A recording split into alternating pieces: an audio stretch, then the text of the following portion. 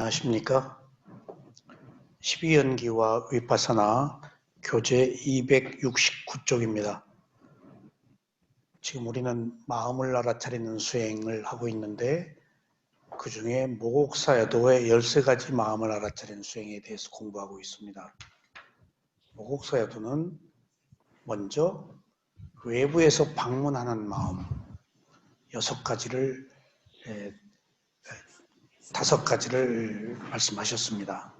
눈으로 들어올 때 눈으로 들어온 것을 아는 마음, 그 다음에 귀로 들을 때 듣는 것을 아는 마음, 코로 냄새를 맡을 때 냄새를 맡는 것을 아는 마음, 혀로 맛을 볼 때 맛을 보는 것을 아는 마음, 몸이 대상과 부딪혔을 때 대상과 부딪힌 것을 아는 마음.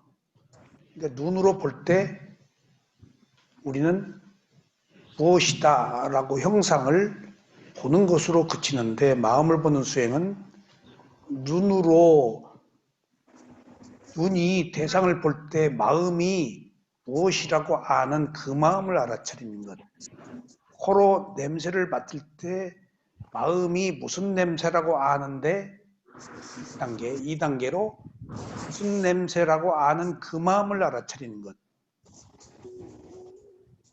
또 혀로 맛을 볼 때 이 맛이다 라고 결론을 내리고 판단할 때 그 판단한 그 마음을 대상으로 아는 마음. 몸으로 무엇인가 부딪혔을 때 마음이 차갑다, 뜨겁다, 아프다라고 판단을 했는데 여기서 마음을 보는 수행은 몸이 대상과 부딪혀서 아는 마음이 생긴 것을 아는 마음. 마음 보는 수행이라는 것이 보고 안다 할 때 아는 그 마음을 다시 차리는 수행이라서 2단계에 속합니다. 1단계는 본다, 보고 안다. 그럼 마음 보는 수행은 보고 아는 그 마음을 대상으로 알아차린다 해서 이것이 어려운 겁니다. 맛본다, 듣는다 라고 일반적으로 얘기할 때 맛보고 안다, 듣고 안다, 안다가 있는데 우리가 안다는 모른단 말이에요. 근데 마음 보는 수행은 아는 그 마음을 대상으로 보기 때문에 뿌리에 접근해요. 그래서 굉장히 그 원론적인 문제에 접근합니다. 그러니까 이게 보고 안다 했을 때 알아차림이 있을 수 있어요. 볼 때 보는 것을 아는 마음이 있으면 알아차림이 있다고요. 근데 알아차려서 아는 그 마음을 대상으로 알아차린다 하면은 제어가 돼요. 보통의 알아차림만 가지고 제어가 안 될 때 그 마음을 보면은 제어가 돼요. 왜냐하면 모든 것을 받아들이는 것은 마음이기 때문에 최종적 관문의 이제 을 대상으로 하는 거예요. 그리고 6번째 이제 내부에서 방문하는 마음, 탐욕이 있을 때 지금 탐욕이 있네? 라고 하는 것은 1단계고 탐욕이 있는 것을 아는 마음을 대상으로 아는 것. 화를 냈을 때 화를 낸 것을 아는 마음을 대상으로 아는 것. 그럼 뚝 끊어져 버려요. 그래서 내부에서 방문하는 마음, 탐욕이 있는 마음, 성냄이 있는 마음, 어리석음이 있는 마음. 또 여기 한 가지 중요한 것이 탐욕이 없는 마음, 성냄이 없는 마음, 그냥 아는 마음을 또 3가지를 모곡사여도께서는 첨부하셨어요. 탐욕이 있을 때 탐욕이 있네? 라고 그것을 아는 마음. 근데 그러면 그쳐야지. 근데 탐욕이 없을 때 탐욕이 없네 라고 아는 마음이 굉장한 의미를 가지고 있습니다.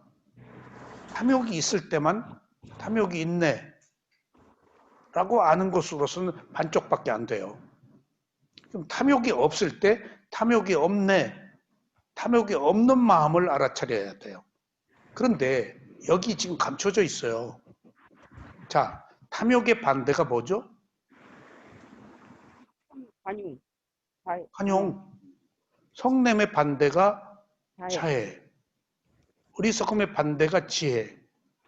근데 탐욕이 있을 때 탐욕이 있는 마음을 알아차리고 탐욕이 없을 때 탐욕이 없는 마음을 알아차리는데 여기서 제가 몇 년 만에 굉장히 중요한 사실을 발견했어요. 탐욕이 있다가 탐욕이 없는 마음이 분명해야 관용으로 가요. 화를 냈다가 화가 없는 마음을 분명하게 입지를 굳혀야 자애로 가요. 그러니까 바꾸어 얘기하면 탐욕의 반대편에 있는 관용이 즉각 오는 게 아니라는 사실을 알았어요. 적어도 이 기록에 의하면. 그러니까 그 탐욕이 없어. 탐욕이 있어. 근데 탐욕이 없어. 탐욕이 없는 것이 관용은 아니에요. 관용은 아니야.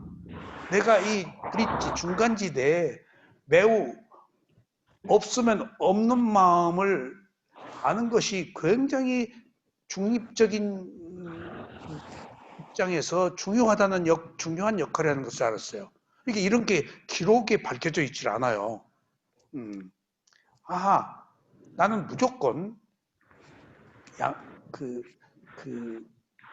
양극화 현상, 양극단으로 탐욕의 반대는 관용, 성냄의 반대는 자애, 어리석음의 반대는 지혜. 그래서 이게 아니면 이쪽으로 바로 변한 줄 알았는데 이 없는 마음을 부처님이 알아차리려고 한 이 이유는 중립지대에 있는 탐욕이 있을 때 있는 마음 알고 탐욕이 없을 때 없는 마음을 알아야 관용이 자리 잡을 수 있다.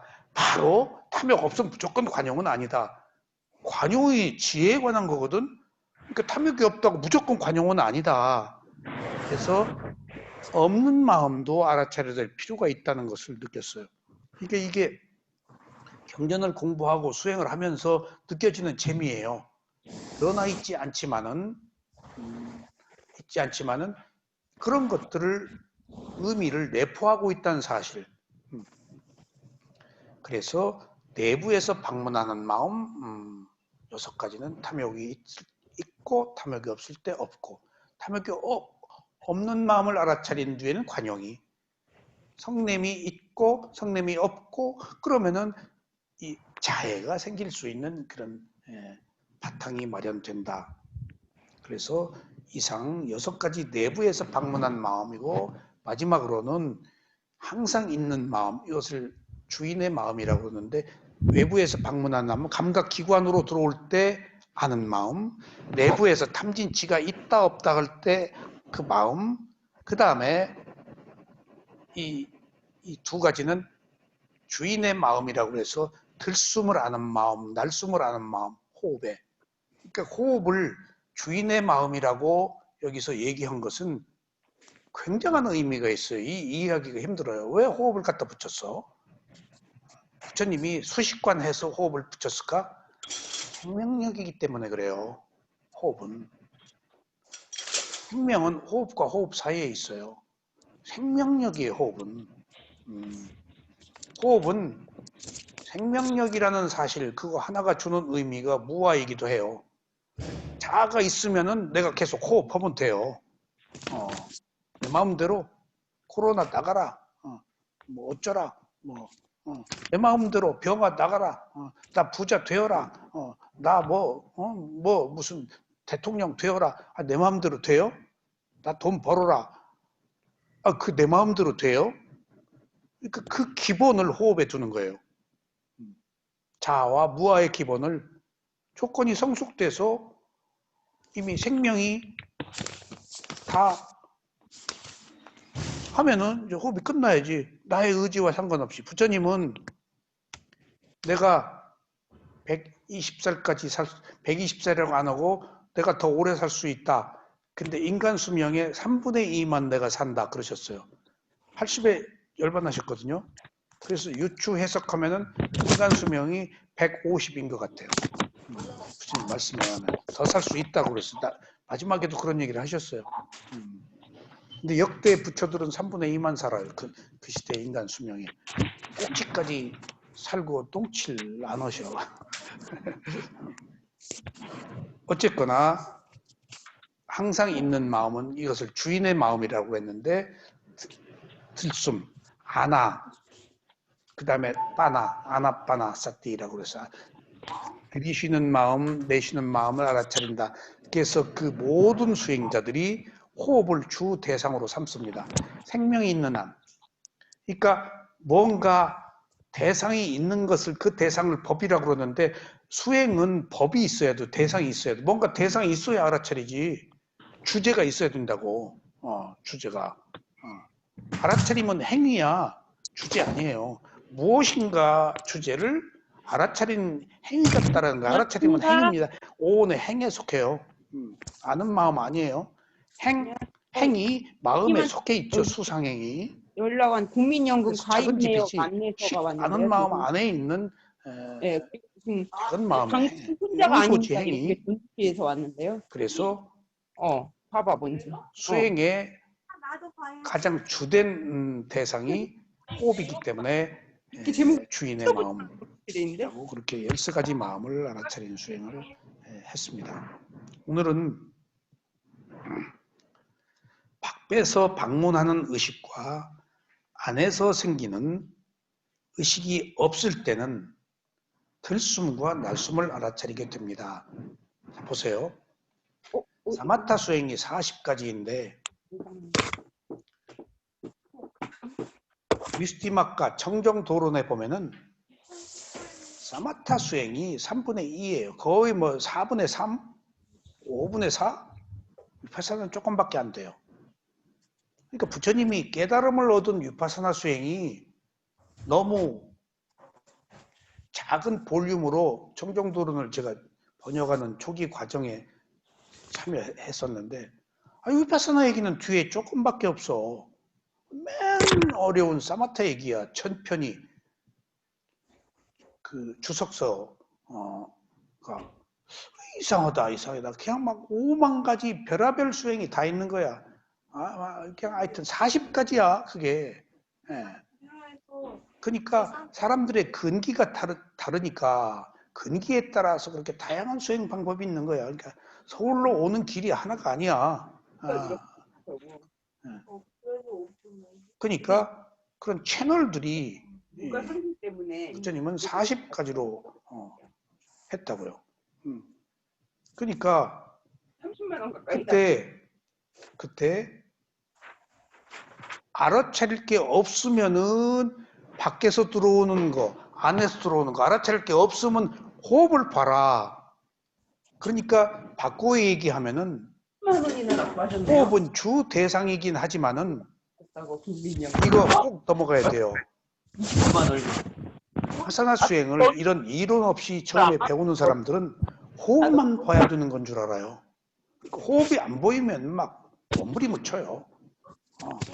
저도 그런 적이 있어요. 아무 이론 없이 시작했기 때문에 밖에 못 나오는 무문관 무건실을 사일런스 빌딩이라고 그러는데 무건실을 들어갔는데 거기서 바로 들어가자마자 오싹오싹 하는데 그건 감기가 아니고 냉병을 맞았어요. 오싹오싹 하더라고. 너무 피곤해서 그냥 새우등처럼 이불도 안 덮고 창문 열어놓고 그냥 잤더니 오싹오싹 하더라고. 잘 때. 미얀마도 겨울에 굉장히 추워요. 그게 근데 차단이야. 그래서 겨울에 추울 때는 해 떨어지면 목욕하면은 뜨거운 물이 없으니까 바로 감기가 와요. 겨울에는 해 있을 때 목욕을 해야 돼요. 아주 더울 때는 해 떨어지면 연도에 그래서 흙발 나가는데 보면은 아주 더울 때는 아침에 목욕들 하더라고. 해 있을 때, 차가울 때. 목욕이 굉장히 중요해요.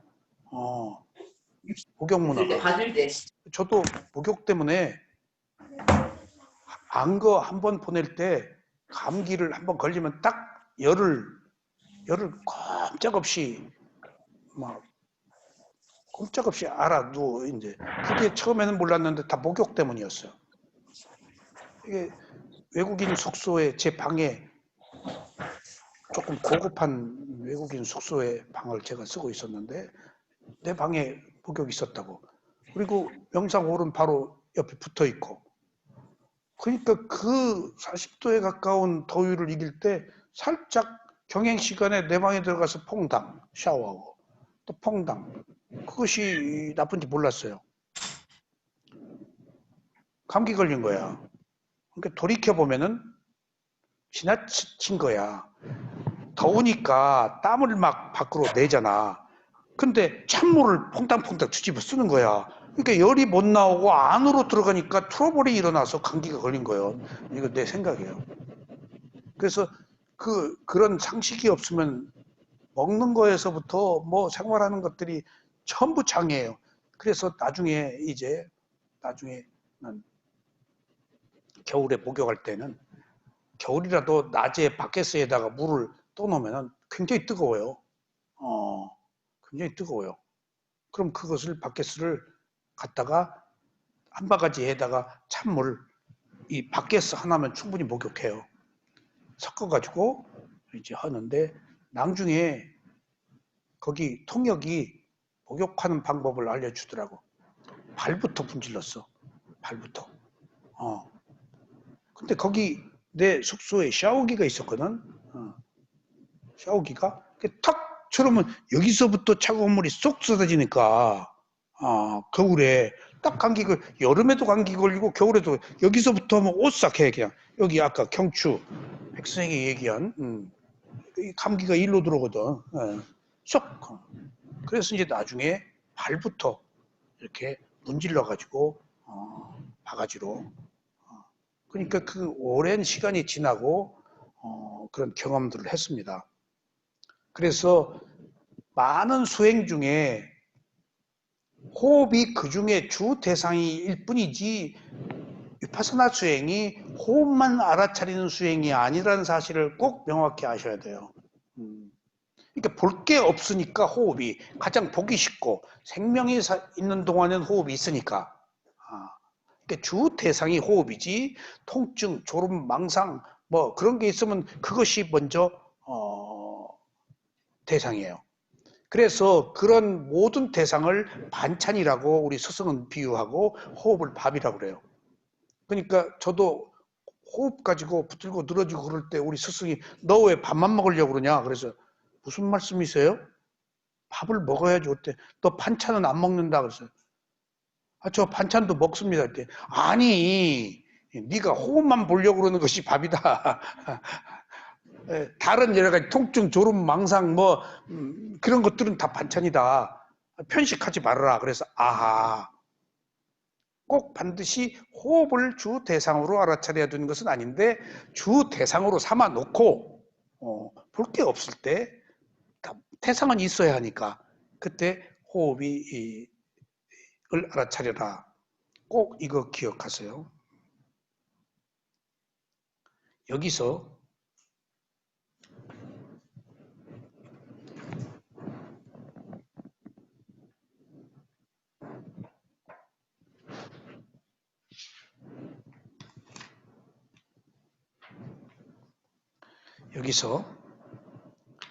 밖에서 방문하는 의식과 안에서 생기는 의식이 둘 다 없을 때는 들숨과 날숨을 알아차립니다. 이 말의 뜻은 호흡이 언제나 우선하는 대상은 아니라는 것입니다. 이는 호흡을 알아차리는 마음이 주 대상이지만 안과 밖에서 방문하는 마음이 일어날 때는 이 마음을 먼저 알아차려야 하는 것을 말합니다.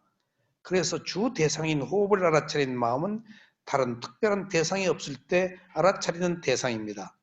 또한 호흡을 알아차릴 수 없을 때에도 꼭 호흡을 대상으로 할 필요는 없습니다. 언제나 없는 대상을 찾아서는 안 되고 있는 대상을 알아차려야 합니다. 저도 늘 주 대상인 호흡만 보다가 그것도 특별히 아랫배 호흡을 마시는 아랫배 호흡이니까 그게 없어진 뒤에 얼마나 방황했는지 몰라요. 깜짝 놀랐어요. 그게 막 뭘 찾았어. 호흡이 없으니까. 내가 죽었나? 그렇게 하면 또 살아있고 호흡이 없어져 버려. 그러니까 이때는 호흡이 몸이 긴장하면 호흡이 안 일어나요. 그래 자꾸 내가 몸을 릴렉스 이완하라고 그러는 거예요. 그러니까 호흡이 집중이 되어서 호흡은 있지만은 미세해서 알 수 없을 때에도 그때는 호흡이 사라진 것을 아는 마음, 고요함, 현재. 그러니까 주제가 바뀌어야 돼요. 호흡이 없으니까. 뭔가 대상은 있어야 하고. 그리고 몸이 긴장하거나 다른 것들이 강해서 호흡을 알아차릴 수 없을 때는 강한 것으로 가야 돼요. 수행은 강한 것으로 가야 돼요. 나중에는 미세한 것으로 갈 때가 있어요. 집중력이 생기면은. 근데 통증, 졸음, 망상 이것은 강한 대상이에요. 그때는 그것으로 가야 돼요. 그것이 없어지면은 호흡으로 오고. 그런 의미에서 꼭 반드시 호흡이 주 대상이긴 하지만은 반드시 알아차려야 하는 것은 아니다라는 것을 참고하시기 바랍니다. 여기서 들숨과 날숨의 호흡을 알아차릴 때는 들숨이 들어오고 없고를 알아차리고 들숨이 나가고 없고를 알아차리는 것입니다. 이게 들어오고 없고 이게 이 법문을 저한테 강의해 주신 오곡사야도의 제자인 소바노 사야도의 법문이세요. 보통 다른 스승들은 이렇게 얘기 안 해요. 근데 마음 보는 수행이기 때문에 이렇게 얘기하는 거예요. 없고란 말이 무슨 말이에요? 들숨과 날숨의 호흡을 알아차릴 때는 들숨이 들어오고 없고를 알아차리고 다시 날숨이 나가고 없고를 알아차리는 것입니다. 이 말은 호흡을 코에서 알아차릴 때는 들숨과 날숨이라는 명칭을 사용합니다. 아나빠니, 들숨, 날숨이라고 해서. 근데 저는 수식관 사마타 수행은 코에서 호흡을 보는데 위파사나 수행은 물론 위파사나 수행도 코에서 호흡을 보기도 해요. 니미타, 사마타 수행은 코의 호흡을 니미타 표상, 모양으로 만들어서 보는데 위파사나 수행을 코에서 볼 때는 들어갈 때 차가운 바람, 나올 때 따뜻한 바람 느낌으로 그 길이, 강약, 바람의 정도, 따뜻함, 차가움 이런 것들을 느낌으로 가면 위파사나예요. 근데 여기서 딱 표상으로 집중을 근본 집중을 하면 사마타고. 근데 저는 마음 보는 수행을 하기 때문에 그리고 또 느낌 보는 수행을 하기 때문에 그 호흡을 코, 가슴, 배, 몸의 일부, 전면 5군데로 나누어서 설명을 해요. 전면은 사람들이 얘기를 하질 않아요. 마음 보는 수행자들은 호흡을 앞에서 봐요. 전면에서. 그냥 딱 마음자리에서 본다고요. 그리고 코에 한정하지 않고 강한 데서 저는 보기 때문에 한 곳에서 호흡을 보려고 그러면은 거기 일어나지 않으면 막 괴롭고 그걸 만들고 인위적으로 볼록거리고 그럴 필요 없어요. 몸의 어느 강한 부분, 가슴이면 가슴 괜찮아요. 배면 배 괜찮아요. 근데 마하시에서는 아랫배 호흡을 위주로 보기 때문에 난 가슴에서 호흡 보는지를 몰랐어요. 쇠우민에 와가지고 비로소 가슴에서 호흡과 느낌을 함께 보는 수행을 했고 또 제가 마하시에서도 아랫배 호흡을 보는데 갑자기 어떤 그 전율이 싹 일어나고 무슨 속도가 마하로 변할 때 뭐 후팡 뭐 이렇게 막 굉장한 폭음을 비행기가 내듯이 아랫배가 일어나고 꺼지고 일어나고 꺼지고 하는데 점점점 조용해지더니 어떤 전율이 싹 일어나더라고요. 가만히 지켜보고 있었으니까. 그러더니 가슴으로 볼록 올라와. 가슴에 호흡은 본 적이 없거든요. 이거 봐라. 호흡이 가슴으로 싹 올라오더라고. 이거 봐라. 가슴으로 호흡이 올라왔네. 그리고 조금 집중이 됐을 때니까. 그것도 가만히 지켜봤어. 개입을 안 할 때니까 그때는. 그 가슴에 올라와서 아랫배에서는 비교적 명칭을 붙였기 때문에 일어남 꺼짐이라고 일정한 사이클을 가지고 했는데 다소는 인위적으로 내가 만든 호흡이에요. 명칭을 붙이니까. 명칭에 호흡이 맞춰져요. 근데 일로 탁 올라왔는데 가슴으로 명칭을 못 붙였지 이제 미세해서 지켜봤지.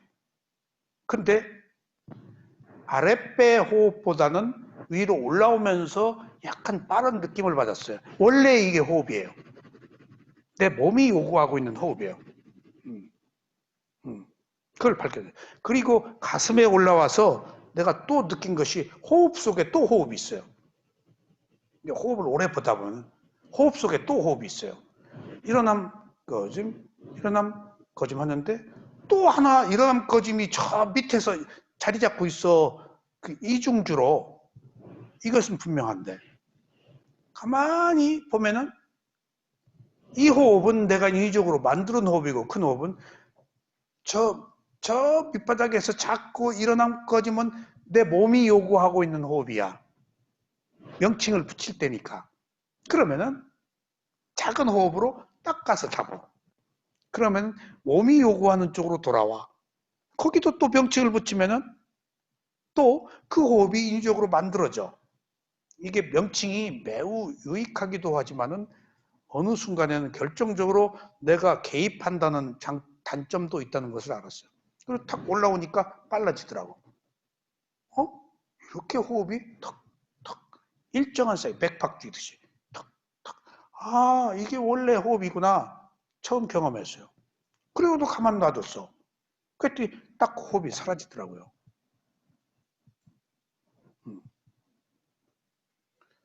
그래서, 이거 봐라. 몸을 이렇게 했더니, 막 겁이 덜컥 나더라고요. 몸이 있어? 처음 경험하는 것은 겁나요. 그게 혹시 죽었나? 이거 내가 귀신 붙었나?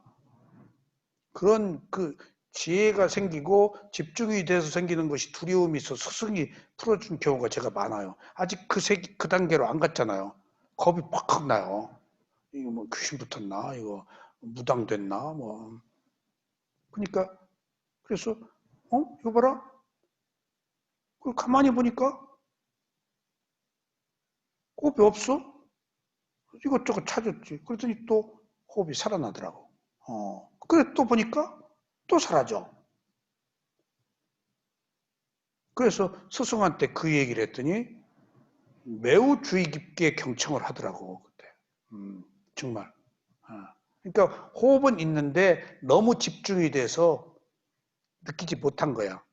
그때 스승이 이제 없는 호흡을 찾지 말아라. 이게 굉장히 중요한 메시지입니다. 수행에서 이미 사라진 것은 찾으면 안 돼요. 위파사나 수행의 특징은 뭔 줄 아세요? 소멸이에요. 없어져요, 뭐가. 근데 우리는 없어진 것을 찾아요. 그러면 떨어져 버려요. 이미 소멸했다는 것은 올라왔다는 얘기예요. 어느 정도 의식이 고양됐다는 얘기야. 몸이 만들어졌다는 얘기고 집중이 돼. 근데 찾으면은 자꾸 과거로 가서 지금 내가 떨어뜨리는 거야. 그래서 살아있는 것을 찾지 않는 것은 불면일입니다. 바꾸기 얘기하면 과거에 몹쓸 기억들이 있잖아요. 근데 누가 와서 염장 질러, 그 옛날에 너 뭐 그랬는데 요새 괜찮냐? 소금 뿌린 거에 상처에. 절대 과거를 묻지 마세요. 민경 씨, 나한테 과거를 묻지 마. 수행자에게는 그게 나쁜 거야. 이미 다 그것 때문에 이 수행을 했는데 왜 과거를 물어? 나도 그런 경험을. 그 사람 보면 그 기억밖에 안 나서 척 만나면 그 얘기를 하면 화를 버럭 내. 아이, 다 잊어버렸는데 왜 그 얘기해요? 아이고, 다 미안해. 당신만 보면 그 생각이 나서. 그러니까 이것을 내가 강조하는 것은 사라진 것을 찾지 않는 것은 현재로 와야 되고 이미 소멸한 것을 찾는다는 거예요.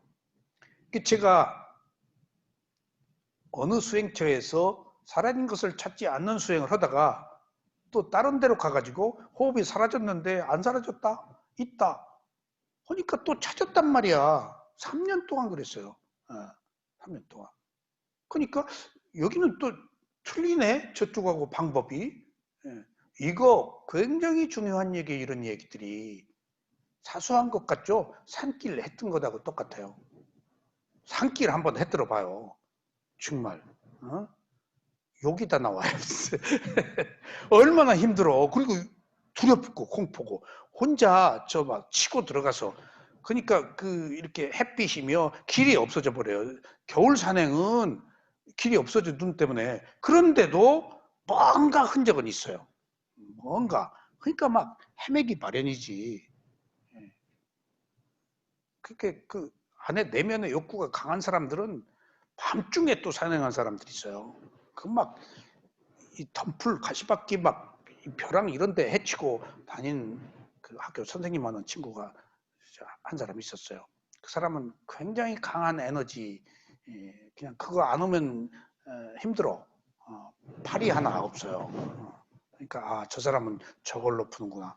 그러니까 일단 소멸하는 것은 찾지 않는다는 것은 위파사나 수행은 소멸이 수행의 과정이기 때문에 그러니까 소멸하면 올라가는 거야. 그래서 7청정과 16단계의 지라는 것이 과거로 돌아가면 안 돼. 자꾸 올라가는 거야. 뚝 떨어져. 또 올라가야. 그래서 소멸이 얼마나 중요한 건가만은 열반이 뭐냐 하면은 탐진치가 소멸한 거예요. 열반은 자아가 소멸하고 탐진치가 소멸해서 무아의 상태에서 완전히 청정한 마음만 있는 거야. 티끌도 없이 청정한 마음. 그러니까 위파사나 수행은 번뇌, 낙진, 더러움, 혐오, 교만, 오만, 애고 이런 것들이 점진적으로 소멸해 가는 거예요. 그래서 우리 몸에서 나타나는 현상도 사라진 것은 찾지 말아야 돼요. 그래서 그때는 호흡이 없어질 때는 아는 마음. 호흡을 코에서 알아차릴 때는 들숨과 날숨이라는 명칭, 이것은 제가 그 주회를 붙인 겁니다. 가슴이나 배호에서는 일어남 꺼짐.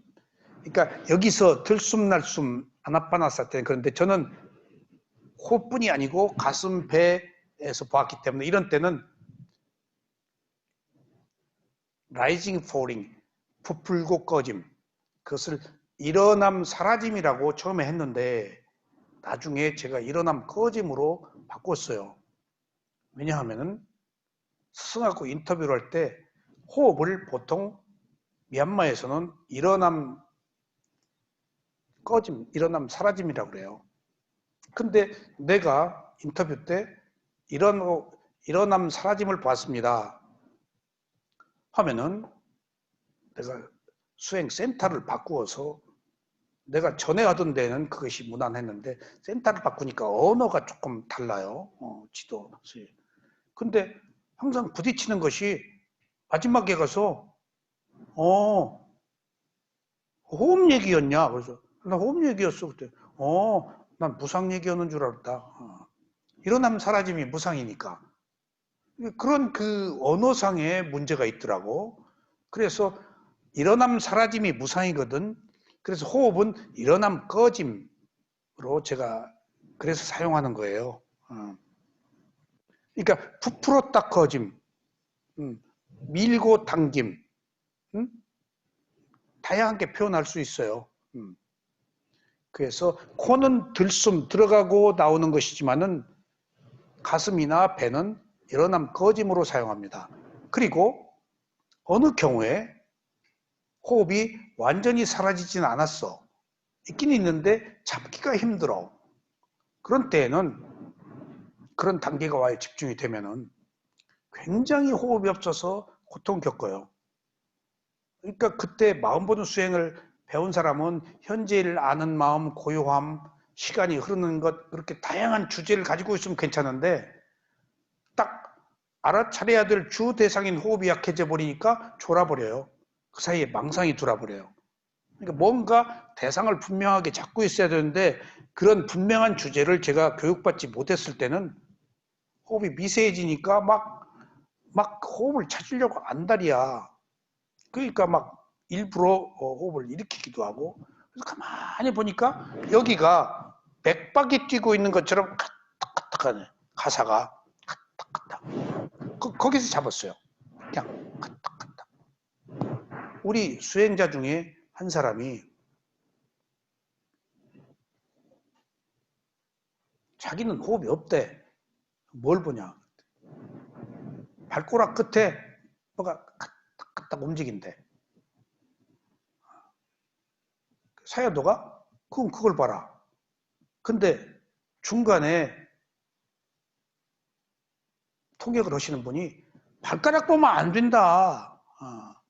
배를 봐라. 그러니까 그 수행자가 아니 사야도가 발가락 보라고 그랬다. 아니야 안 돼. 배를 봐. 그때만 해도 제가 구별을 못했어요. 사야도는 보라고 그랬다. 그러니까 사야도는 몸에 어디이고 두드러진 대상이 있으면 배가 아니어도 좋다. 그래서 내가 5군데를 얘기한 겁니다. 지금 마음 보는 수행자들은 코, 가슴, 배, 몸의 일부 이 4가지 외에 그건 몸이잖아. 마음자리에서 보기 때문에 몸의 위치는 중요하지 않아요. 그래서 제가 바꾼 거예요. 그리고 보기 좋은 데서 있으면 된 거지. 꼭 어디여야 돼? 어디라고 지적한 것은 그렇게 못을 박아서 한정해놓고 수행자들이 보기 좋도록 집중을 하도록 하기 위한 거예요. 이게 초보 단계에서는 어느 특정한 위치를 지정해 주는 것이 수행의 효과가 있어요. 그래서 마하시 봉식이 처음에 초보 수행자들에게는 강력한 이유가 거기 있어요. 딱 정해 놓으니까. 근데 어느 단계 지나면은 조금 거기 없으면 딴 데서라도 봐야지. 공 잡는 게 매니까. 그래서 일로 어디고 자유롭게 볼 수 있다. 그 꼭 기억해 두세요.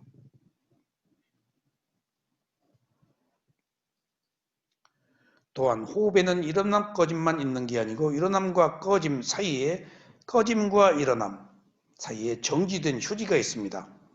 이것을 표현한 것이 들숨이 들어오고 없고 날숨이 나가고 없고를 이해하면 됩니다. 자 보세요. 없고라는 말이 여기서 헷갈려요. 근데 굉장히 중요한 얘기예요. 안 중요한 게 없네.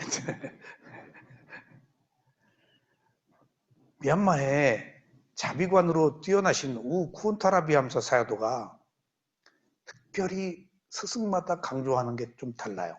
그분은 세세이션, 정지, 멈춤, 쉼, 저는 휴지라고 제가 이름을 쉼, 멈춤 처음에는 제가 다양하게 얘기했어요. 그분 그걸 강조해요. 들숨 없고 날숨. 들숨과 날숨 사이에 작은 없는 것이 있다는 게 굉장히 중요한 말이에요, 이게. 그러니까 보통 들숨, 날숨만 있죠.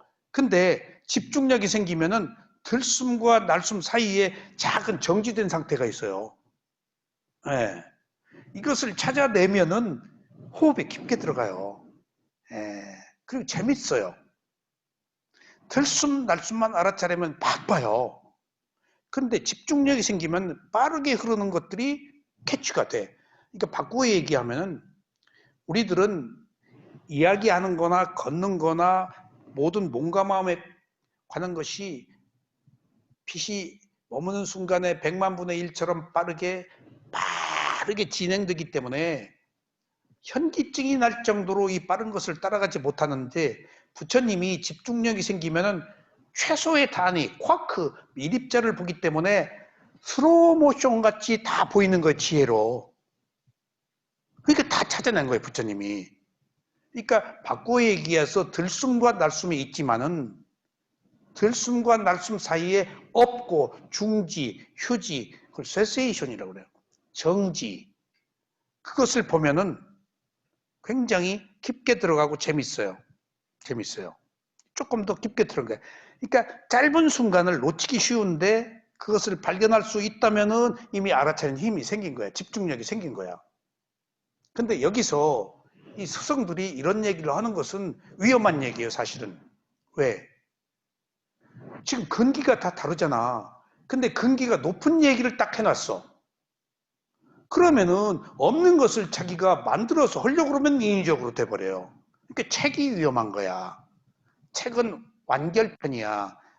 이 스승이 그냥 다 제시했어. 근데 나는 거기 아직 못 따라가. 그러면 이제 못 따라갔는데도 따라가려고 그러면 이제 수행이 엉키는 거예요. 수행을 하면서 책을 통해서 이런 것들 많이 경험해요. 책 보고 얘기하면 스승이 뭐라 그래요?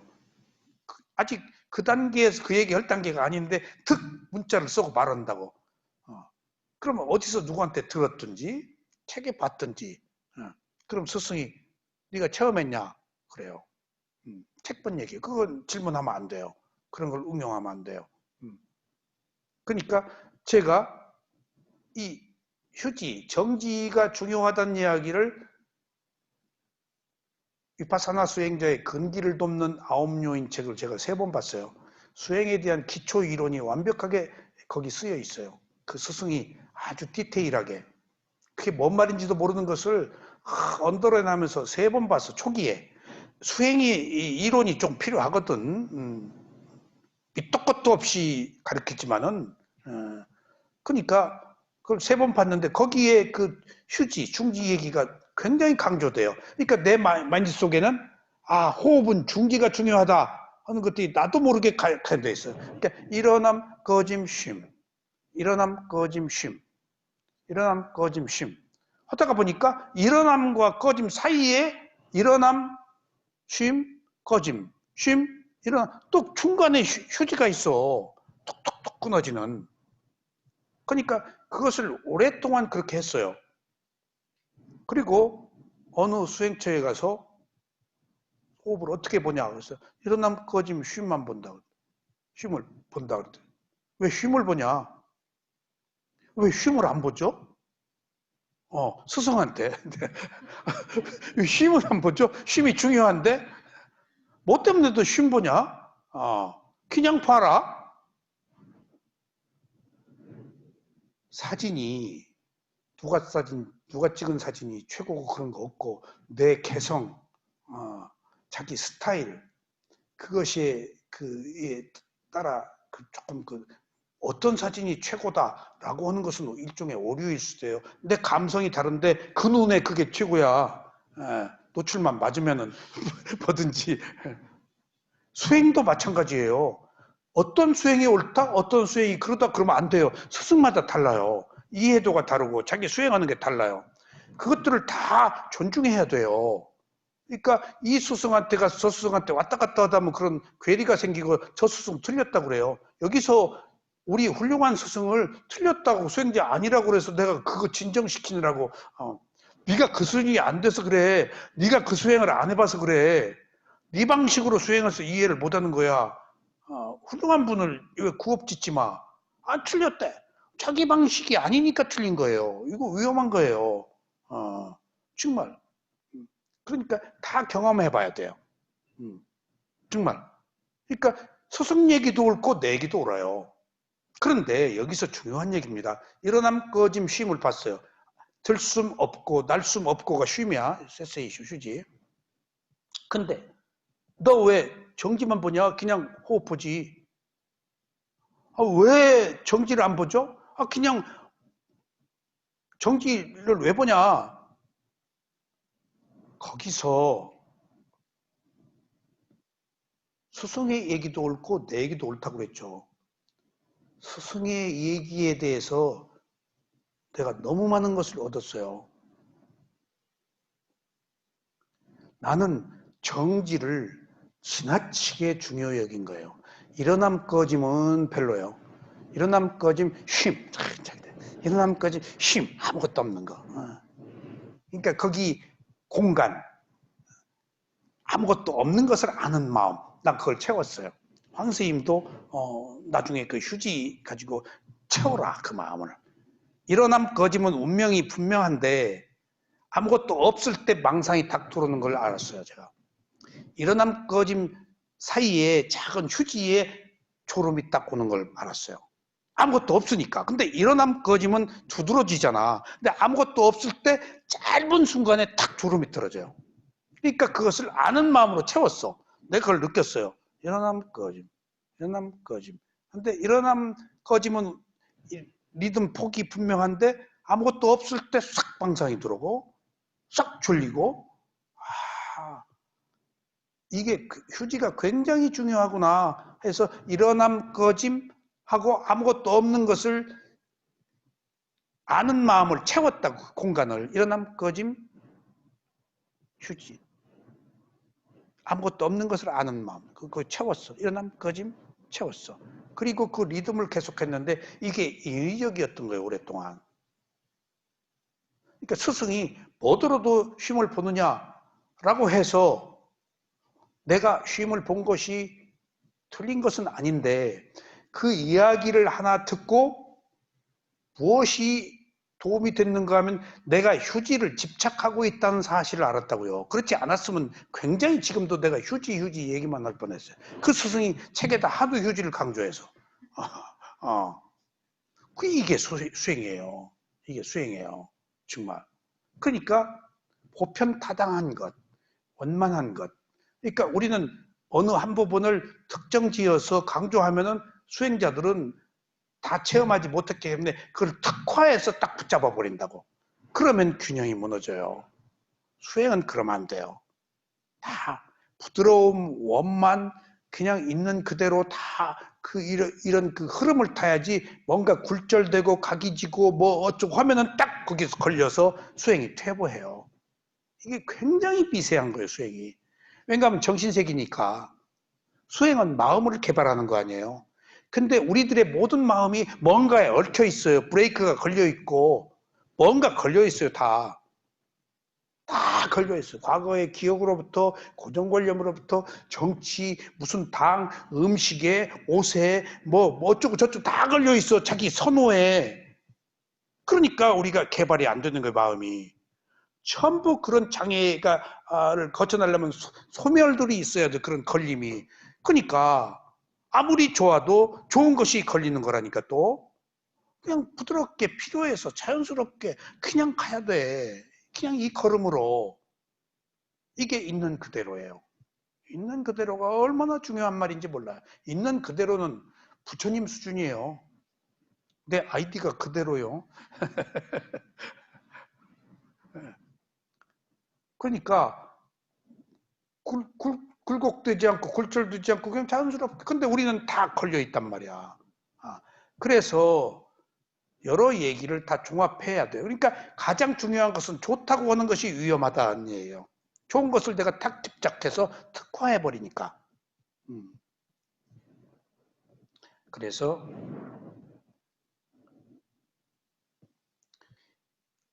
이것을 표현한 것이 들숨이 들어오고 없고 날숨이 들어오고 없고라고 이해하면 됩니다. 이때 없고라는 것은 일어남이 있다가 다시 꺼짐이 오기 전에 아무것도 없는 정지된 상태를 말합니다.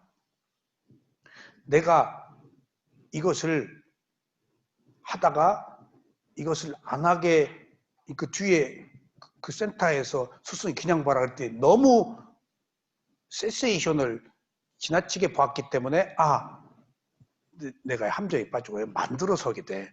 그러니까 일어남 꺼짐 쉼을 내가 조금 쉬려고 길게 느려 빼도 그러다가 확 또 일어나. 확 또 쉬고 있었으니까 내가 인위적으로 만들어서 하는구나. 그러니까 휴지를 너무 강조하면은 호흡을 내가 거기서 좀 쉬려고 그래 휴지를. 그러니까 자연스럽게 하지 못하고 개입을 한 거예요. 그러니까 그런 것들을 다 체험했기 때문에 없고라는 말이 이런 뜻이다라고 내가 부연 설명을 드린 겁니다. 아울러 꺼짐이 있다가 다시 정지된 상태에서 새로운 일어남이 생기는 것을 말합니다. 그러므로 호흡이 있다가 사라진 뒤에 쉼이 있는 것을 없고라고 말합니다. 이러한 휴지를 알아차리기 위해서는 집중력이 있어야 합니다. 그러므로 처음에 수행을 시작하는 수행자들에게 애써 휴지를 알아차리려고 하지 말아야 합니다. 아셨죠? 보는 힘이 생기면 휴지가 보여요. 그때 보는 거예요. 없고는. 알아차리는 힘이 생기면 자연스럽게 휴지를 알 수 있게 이어지는 휴지, 정지, 쉼 뭐 그런 뜻으로 이해하시면 돼요. 나는 휴지라고 그랬는데 이게 뭐 내가 사전은 찾아봤겠지. 근데 하여튼 쉼, 정지 다 똑같은 말이에요. 이렇게 대상을 알아차릴 때 연속적인 표현은 모든 대상이 지속적으로 일어나는 현상밖에 없다는 것입니다.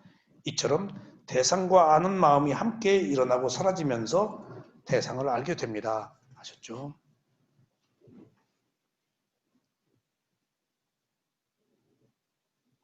이렇게 다시 269쪽 이렇게 숨을 들이쉴 때는 들이쉬는 것을 있는 그대로 알아차리고 내쉴 때는 내쉬는 것을 있는 그대로 알아차려야 합니다.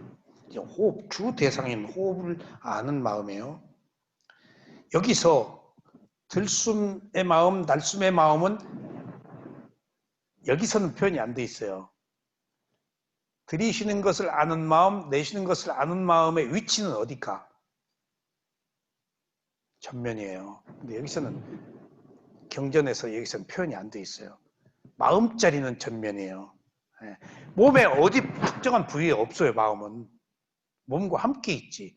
근데 나중에 생긴 마음, 먼저 마음이 있기 때문에 입체적으로 전면 앞에서 있는 것처럼 느껴지는 거예요. 예. 그러니까 여러분들이 누가 나를 보고 있다? 내가 뭘 생각하고 있다? 어? 백생 집 생각해봐. 했어요? 어디서 했어? 여기서 했어. 여기서. 어느 특정한 위치가 아니야. 몸의 어디는 아니잖아. 편의상 전면이라고 한 거예요. 음. 그리고 아까 자 경전에서는 코의 들숨과 날숨, 호흡은 코의 들숨과 날숨을 얘기했는데 아시사에는 그걸 배로 내렸다고. 근데 배는 호흡이 아니에요. 풍대야. 풍대 안에 호흡이 있어요. 상승하는 풍대, 하강하는 풍대, 똥, 오줌, 기침 전부 풍대예요. 진동에 의해서 생기는. 이 밥 먹고 이렇게 소화하는 것도 연동, 운동도 풍대야. 진동이야. 바람의 요소. 모든 게 나무가 저 있는데 저 무거운 물이 어떻게 나무 끝 이파리까지 올라가?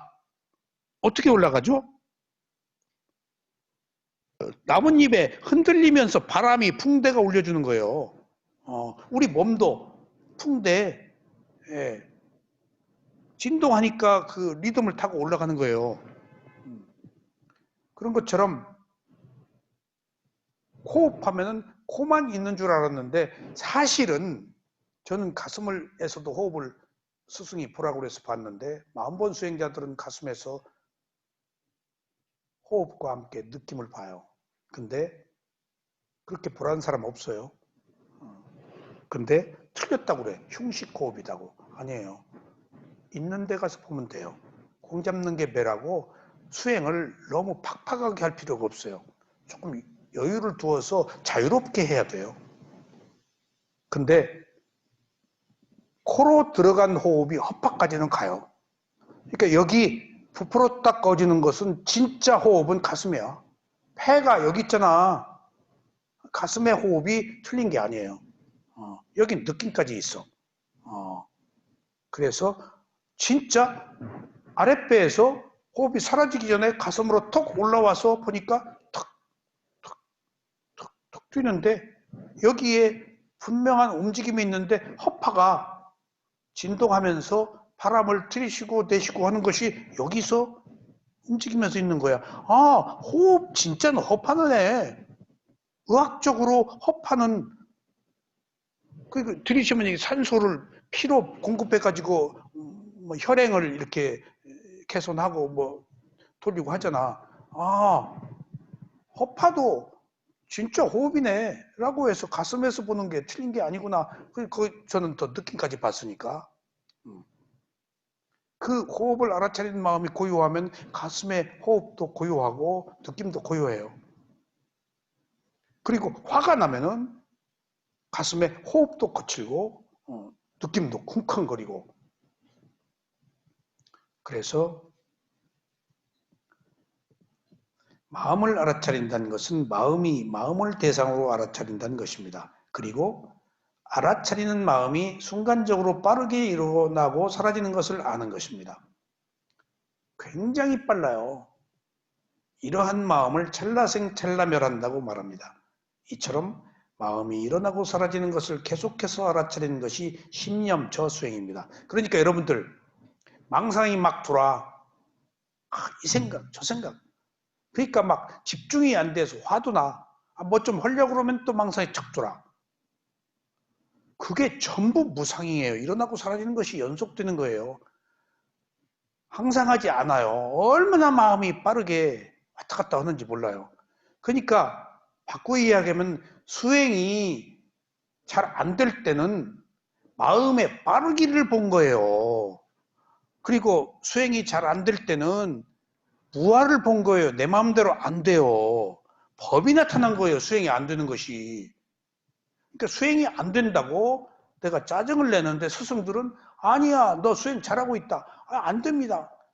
네가 판단하지 말아라. 그때 필요한 것이 담마누파사나야. 이 생각 저 생각 집중이 안 돼. 실제 더 큰 법을 알 수 있는 거야. 마음이 왔다 갔다 하는구나. 그게 무아야. 내 마음대로 안 돼. 마음이 빠르게 이 생각 저 생각 왔다. 꿈꿀 때 막 뜬금없잖아. 왔다 갔다 뭐 이것저것. 그 마음의 빠르기야. 잠시도 그 마음은 이것저것을 수상행 만들어내 가지고 꾸미고 뭐 만들고 어쩌고 저쩌고 하면서 어떻게 해볼 수가 없어.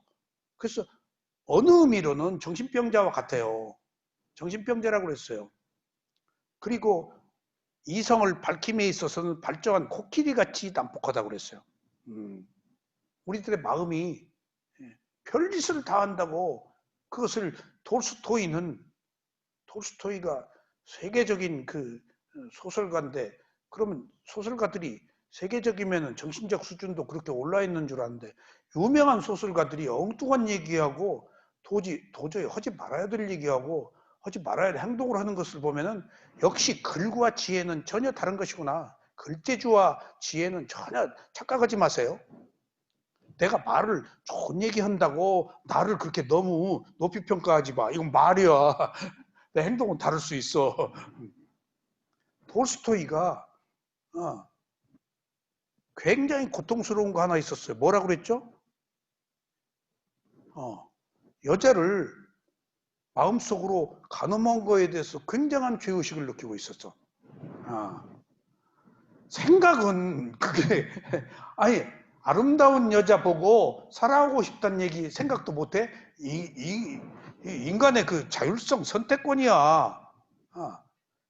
담 넘어가지 않고 손만 안 잡으면 돼. 어떻게 모든 것을 차단해? 에? 그냥 고지곧대로 그냥 콩 심은 데 콩 나고. 인생이 그 예술도 없어. 응? 여수 밤바다 쓴 그 가수가 이 노래 저 노래 그러는데 노래를 그럴 때마다 어떤 여자하고 통화하고 어떤 여자하고 하고 노래가 하나씩 나왔더라고. 그러니까 그 사회자가 질문하니까 여수 밤바다 3일 동안 아르바이트 하면서 거기서 어느 여자하고 통화를 했대. 그러니까 그 뒤에 그 여자하고 어떻게 됐냐 그랬대. 그건 묻지 마세요. 아름다운 걸로 남기고 싶어요. 끝났겠지. 그러니까 그 이야기를 들은 자기 딸이 이제 무슨 노래를 작곡할 때 이제 어떤 여자가 이제 사랑이니까 고등학교 때 그 하고 작곡한 여자인데 자기 부인은 훨씬 뒤에 만났으니까 그 여자가 아니겠대. 그러면 딸은 아빠 이 여자가 우리 엄마야 그러면 엄마다 자기는 그런다고. 그러니까 바꿔 얘기하면은 마음은 뜬금없는 거야. 생각이 말로, 말이 행동으로 옮겨가기 때문에 업을 지어서 문제이지만은 죄의 한계는 생각하는 것은 죄가 아니에요. 생각도 못해요. 근데 생각하고 알아차리면 되지 생각한 것까지 결벽증으로 죄의식을 느끼는 것은 못 살아요. 그러면은 그것은 결벽증이야. 그것도 나는 톨스토이가 그 얘기를 했을 때 굉장히 존경했는데 내가 이 수행을 하고 톨스토이 어린애네 생각도 못해. 그런 자율성도 없어. 판에 박은 것 같네. 그래서 부처님이 신구 삼업을 밝힌 것이 얼마나 생각이 말로 말이 행동으로 옮겨가는 그런 과정들. 그러니까 생각은 뭐가 같아? 허공에다 대고 한 얘기예요. 말은 뭐 같아요? 모래 위에 쓴 글이에요. 행동은 바위 위에 새긴 거라고. 그러니까 이제 모래 위에 쓴 것도 업이 되지. 근데 생각 허공에다가 한 것까지 어떻게 다 조금 여유를 가져. 너무 그렇게 속박하지 마 자신을. 예. 좋습니다. 그래서 십념처 수행은 어느 경우에나 마지막으로 의도를 일으킨 그 마음을 보는 것입니다. 또한 사념처 중에서 마음을 알아차린다고 말할 때는 자신의 몸에서 일어나는 어떤 것이든 알아차리는 것도 포함됩니다. 자신의 몸에서 일어나는 것은 어떤 것도 포함된다고 했는데 한번 봅시다. 마음을 알아차린다고 말할 때는 자신의 몸에서 일어나는 어떤 것이든 알아차리는 것도 포함됩니다. 이 말은 마음을 알아차리는 것은 2단계로 구분합니다. 먼저 몸에서 일어나는 모든 대상을 알아차릴 때 1단계를 사념처라고 합니다. 1단계는 마음이 일을 하기 때문에 마음이 있어서 알아차리는 것이지만 마음을 알아차리는 수행이라고 하지 않습니다.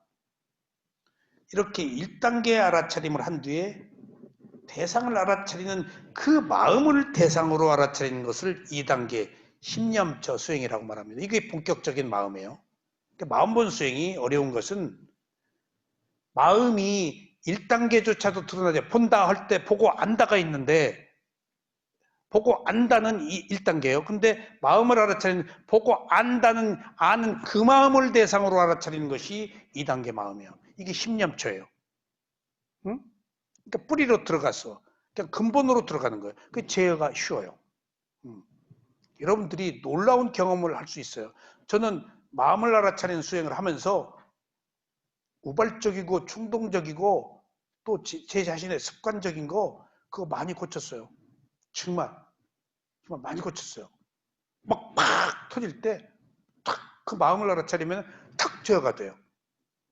그래서 마음을 알아차리는 수행이 어렵지만은 마음이 의도가 모든 일이 있어서 하기 때문에 원인이 마음인데 의도를 일으키는 그 마음으로 탁 들어가면 하품을 할 때에도 하품을 하려고 하는 의도를 보면 이렇게 하다가 탁 없어져요.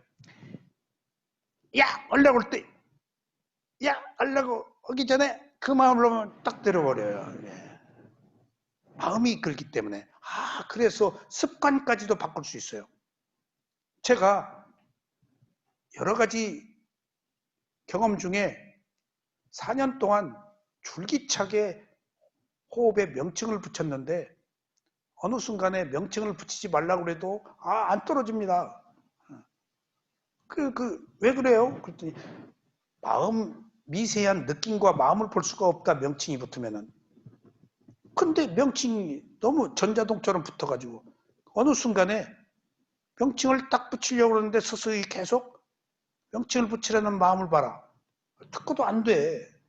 듣고도 또 안 돼. 그러다가 하도 들어서 나도 모르게 명칭을 딱 일어남 꺼짐 하려고 그럴 때 일어남 하려고 하기 전에 일어남 하려고 하는 그 마음을 딱 봤더니 놀라운 일을 봤어요. 제가 전자동까지 처럼 붙는 그 마음 명칭이 내가 좋아서 붙이고 있더라고요. 나도 모르게 붙인 게 아니에요. 내가 집착한 거예요. 내가 집착해서 명칭을 붙였더라고요. 근데 나는 나도 모르게 붙인다라고. 내가 좋아하고 있는 것을 나도 모르게 붙인다. 나도 어쩌지 못해. 라고 지가 좋아서 붙이는 것을 그 마음을 딱 봤어요. 이야, 이거 봐라. 변명이었네. 내가 좋아서 붙이는 것을 집착해서 붙이는 것을 나도 모르게 습관적으로 붙이고 있다? 잘 안 된다? 한순간 명칭을 붙이는 것을 집착하고 있다는 사실을 안 그 순간 이후부터 명칭이 입에 딱 붙질 않는 거예요. 그렇게 4년 동안 눈만 뜨면 일어남 꺼짐, 오른발, 왼발, 봄, 드럼, 그냥 모든 것을 명칭, 개념화했는데 어떻게 한순간에 명칭이 이제 붙이고 싶어도 못 붙여. 그게 집착이었다라고 안 뒤에. 그러니까 선이 악이라고 안 뒤에 분명하게 알으면은 전기불이 어둠에서 전기불이 펴지면 먼 게 뚜렷하게 보이잖아. 옳고 그름이. 그런 것처럼 그 마음을 보고 집착하고 있었다는 사실을 하니까 붙이고 싶어도 못 붙여요. 이게 마음을 알아차리는 수행의 효과예요. 제가 여러 가지 방면에서 그런 걸 경험해요. 그러니까 어느 의미로 고질적인 제 습관도 바꿀 수 있어요. 딱 그 마음을 보면. 완전히 치유되지 않더라도 상당히 치유되는 부분도 있고 또 잘 안 되는 그런 것도 상당히 개선되는 부분이 마음번 수행할 때 탁 끊어져 버려요. 그럼 그것이 이익이 있기 때문에 내가 거기 가치를 부여하니까 그것을 존중하게 된다고요. 내가 그런 쪽으로 또 가요. 그래서 이익을 봐야 돼요. 지혜할 수 있는.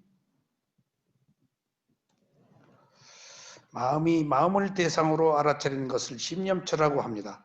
또한 마음이 대상에 일어나고 사라지는 것을 알아차릴 때, 즉 대상의 성품을 알아차릴 때 법념처를 하는 것입니다. 그리고 마음이 마음을 볼 때 이미 빠르게 일어났다 사라졌다. 앞에 있는 마음, 뒤의 마음, 내 마음이 아닌 거 보면은 무상고무화의 법념처 수행을 하는 거예요. 망상이 무상이에요. 망상이 무아예요. 내 마음대로 안 돼요. 거기서 법념처로 하면 아 무상이네. 그리고 괴로워. 아 괴로움이 있네. 라고 법으로 볼 수도 있습니다. 다시 말하면 법념처는 마음의 대상에 대한 알아차림을 적용하는 것이라고 할 수 있습니다. 마음이 마음을 대상으로 알아차리는 것을 심념처 수행이고 이렇게 심념처 수행을 하면서 마음이 일어나고 사라지는 것을 알게 되면 이것을 심념처 수행과 함께 법념처 수행을 하는 것입니다. 마음에서 가장 법을 빨리 볼 수가 있어요. 워낙 빠르게 일어났다 사라지기 때문에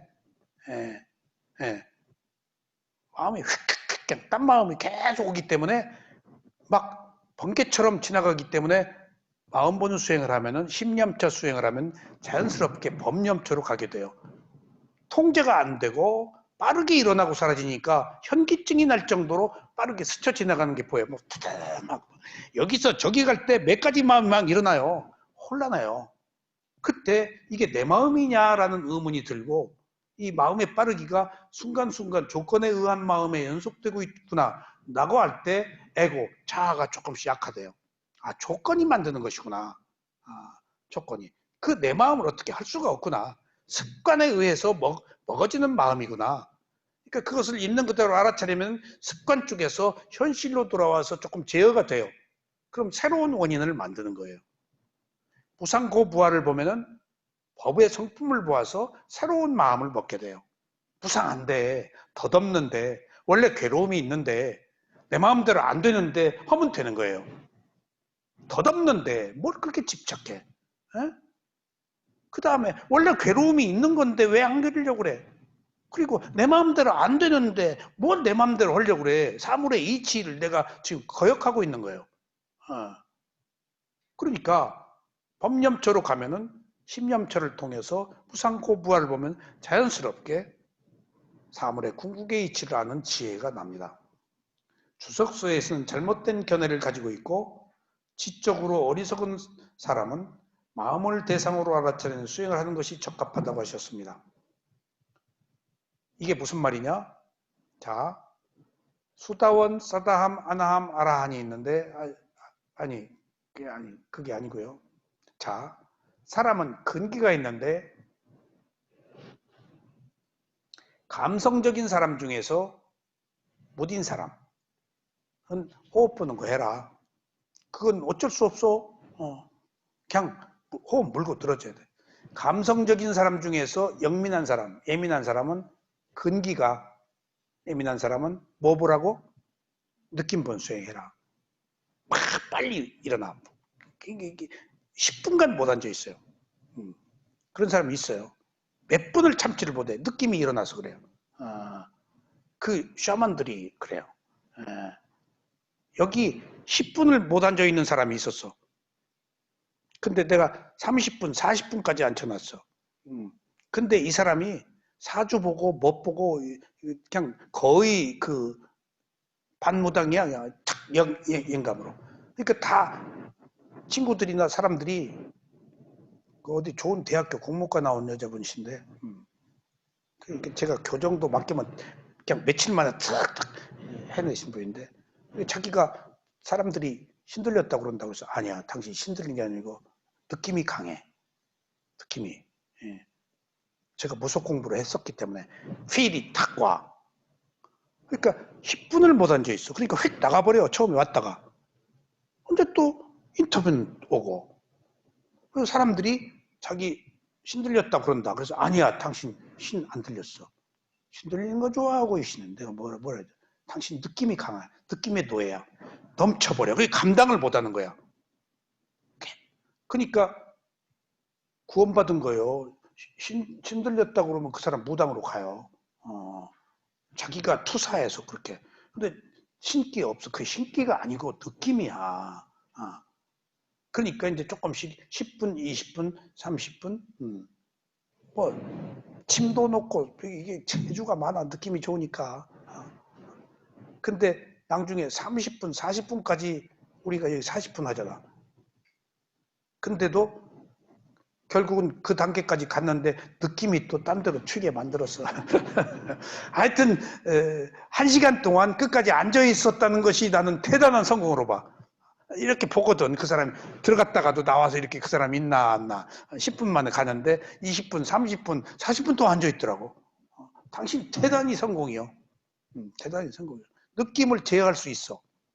느낌이 오면은 그냥 휩쓸려 버리잖아. 분리해서 보면 돼. 느낌이 일어났네. 느낌이 일어났네.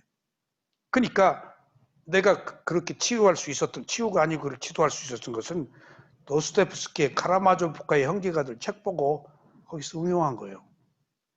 간질병, 도스토옙스키가 간질병 환자거든. 간질병 발작이 일어날 때 예시가 와요. 몸에. 일어나기 전에. 아까 아랫배 호흡이 위로 탁 올라갈 때 어떤 이상한 예시가 왔다고 그랬지. 탁 이렇게 막 파장이 바뀌는 것 같은. 샥. 고도에 집중된 상태로 싹 파장이 싹 바뀌더니 일로 탁 올라오더니 호흡이 없어져 버려. 아, 이런 호흡이 사라지는 어떤 그 집중의 예시가 있구나. 그러니까 다 거기서 내가 중곡동 뇌병원에 있는 조금 그 에브노말한 사람을 치유할 때 느낌 보는 수행을 집중시켰어요. 느낌이 온다. 너 귀신이 있는 거 아니다. 느낌을 잡아라. 느낌이 있는지 알고 딱 지켜보면은 느낌을 통제할 수가 있어요. 근데 느낌이 오면은 넘어가 버린다고. 뒤집어져 버려. 그냥 뒹굴어 버리고 폭행해 버리고 말해 버려. 느낌이에요, 전부. 느낌이에요. 그러니까 느낌이 굉장히 중요해요. 지금 위파사나 수행에서 느낌이 발견된 거예요. 지금 우리는 느낌을 통제할 수 있어야 돼요. 좋아하고 싫어하는 게 다 느낌이에요. 좋아하고 싫어하는 게 마음 아닙니다. 느낌이에요. 그것을 마음이 아는 거예요. 느낌입니다. 맛있고 맛없고 좋아하고 미워하고 하는 게 느낌이에요, 전부. 마음은 그것을 알 뿐이야. 느낌의 노예예요, 우리는. 그러니까 부처님이 느낌을 봐라 계속 수념처에서 그런 얘기를 해요. 근데 실제 느낌을 모르잖아. 우리는 느낌이 있는지도 모르고. 그게 감성이에요. 자, 그래서 주석서에서는 잘못된 견해를 가지고 지적으로 어리석은 사람은 마음. 그래서 자 보세요. 감성적인 사람 중에서 무디면 뭐? 호흡 봐라. 신념처. 영민하면은 느낌 보세요. 이성적인 사람 중에서 지적으로 조금 올라간 사람 중에서 무디면은 뭐? 그 다음에 조금 영민하면은 법념처. 그러면은 잘 보세요. 이성적인 사람 중에서 무딘 사람은 심념처라고 하는데 이성적인 사람 중에서 무딘 사람은 주로 어떤 사람입니까? 성공한 사람이야. 내가 일가를 이룬 사람이야. 그럼 자기 방정식이 있어. 안 바꿔. 근데 내가 또 한 가지를 봤어. 늙으니까 이성적으로 무디어지더만. 사진 찍으러 이렇게 보면은 아무것도 아닌 일을 비켜달라고 그러면은 늙은 사람이 똥꼬집을 내가 왜 비켜? 당신 기다렸다 찍지. 그래서 좀 비켜주지. 그리고 또 비켜달라고 하지 말고 좀 기다리지. 빠르게 서로 찍으려고 자기 똥꼬집을 피우고 있는데 저 경험은 이성적인 사람 중에서 부딘 사람이구나. 그러니까 자기 주장만 하는 에고가 돼버려. 아버지는 괜찮아요? 그러니까 경험했다는 것은 고집으로 바꾸면 안 돼. 경험했으면 지혜가 생겨야 돼. 경험을 고집으로 바꾼 것은 어리석음이야. 경험했기 때문에 배려하고 이해해야 되는데 나이를 먹으면은 그럴 수밖에 없는 것이 나이를 먹어서 고정관념이 생기는 거야. 그리고 고정관념이 두꺼운 껍질처럼 단단해질 뿐만 아니라 나이를 먹어가는 거에 대한 아쉬움 때문에 컴플렉스가 생겨서 저항하는 거예요. 이게 열등의식에 의해서. 똥꼬집이 꼭 고집이 있어서만이 아니고 그렇게 주장해야 자기 존재에 대한 생존의 의미를 느껴. 그러니까 아버지가 똥꼬집 피워도 이해해 주셔. 자기 생명력이야. 일종의 무시 안 당하려고. 지금 그 내면에는 한없이 허약해져. 내가 75살인데 부처님 80살에 돌아가시는데 나도 부처님으로 따지면 5년밖에 안 남았어. 그러니까 그런 걸 생각하면 절박해.